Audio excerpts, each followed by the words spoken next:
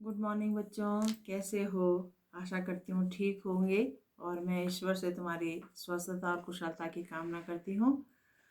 आज थोड़ी बात पढ़ाई लिखाई की करते हैं। जो हमारी हिंदी की आरोह पुस्तक है उसका जो गद्य खंड है उसका पहला अध्याय जो है वो भक्तिन है। भक्तिन महादेवी वर्मा जी द्वारा रचित है और एक संस्मरणात्मक लेख है। संस्मरण का मतलब है जो स्मृति के आधार पर, स्मरण के आधार पर याद करके लिखा जाता है, उसको संस्मरण कहते हैं। तो यहाँ पर जो भक्तिन है वो महादेवी वर्मा के यहाँ सेविका के रूप में काम करती थी। जब सबसे पहले बार महादेवी वर्मा के यहाँ भक्तिन आई तो उसने सफ़ेद धोती पहनी हुई थी, गले में कंठी माला पहनी हुई थी और उसने अपने बाल मुंडवा रखे थे। तो बिल्कुल एक भक्तिन जैसा वेशभूषा उसका था। तो महादेवी वर्मा ने उसका नाम भक्तिन रखा। वैसे उसका वास्तविक नाम लक्ष्मी था और लक्ष्मी यह नाम जो है उसके माता पिता ने उसको दिया। वो अपने माता पिता की पहली संतान थी, उससे बहुत अधिक प्रेम होने के प्रेम करते थे और लक्ष्मी धन की देवी माना जाता है।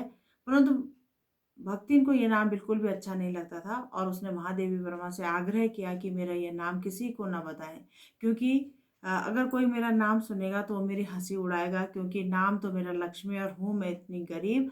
तो इसलिए ये नाम मुझे किसी को नहीं बताना और प्लीज आप भी किसी को मत बताना। उसके बाद महादेवी वर्मा के साथ वो रही और महादेवी वर्मा के साथ इतने वर्षों तक रही कि महादेवी वर्मा ने उसके सेवक धर्म की तुलना हनुमान जी से की। जिस प्रकार हनुमान जी ने राम लक्ष्मण सीता की सेवा की, उसी प्रकार से महादेवी वर्मा की सेवा भक्तिन ने की।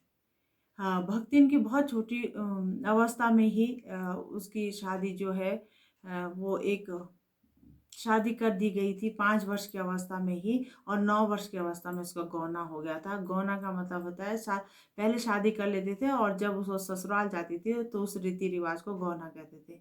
उसकी सौतेली माँ थी और सौतेली माँ ने जब उसके पिताजी की तबीयत बहुत खराब हुई, वो एक बार बीमार हुए और उनकी मृत्यु भी हो गई, परंतु उसकी सूचना उन्होंने लक्ष्मी को नहीं दी, क्योंकि उसको लगता था कि उसके पिताजी लक्ष्मी से बहुत प्रेम करते हैं और ऐसा न हो कि संपत्ति का कुछ हिस्सा अपनी बेटी को दे दें, इसलिए उसने ये सूचना उनको नहीं दी। उधर ससुराल में बहुत दिन बाद पता चलता है कि लक्ष्मी के पिता की मृत्यु हो गई। उसके सास उसको मायके जाने के लिए कहती है और जब वो अपने मायके के गांव की सीमा में पहुंचती है तो सब लोग बड़ी हैरानी के साथ उससे पूछते हैं कि हाय लक्ष्मी, अब आई तुम? तो उसको लगता था कि ऐसा क्यों पूछ रहे हैं।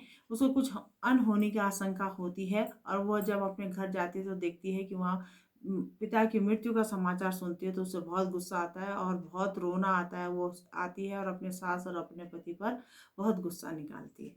तो ये पहला परिच्छेद था बच्चों और इसके प्रश्न उत्तर लिखना है।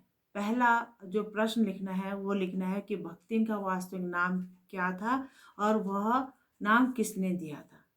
दूसरा प्रश्न लिखना है कि भक्तिन नाम महादेवी वर्मा ने किस आधार पर दिया। तीसरा लिखना है कि भक्तिन अपना वास्तविक नाम क्यों छिपाती थी। और चौथा प्रश्न लिखना है कि भक्तिन के सेवक धर्म की तुलना किससे की गई है। और पांचवा प्रश्न लिखना है संस्मरण किसे कहते हैं।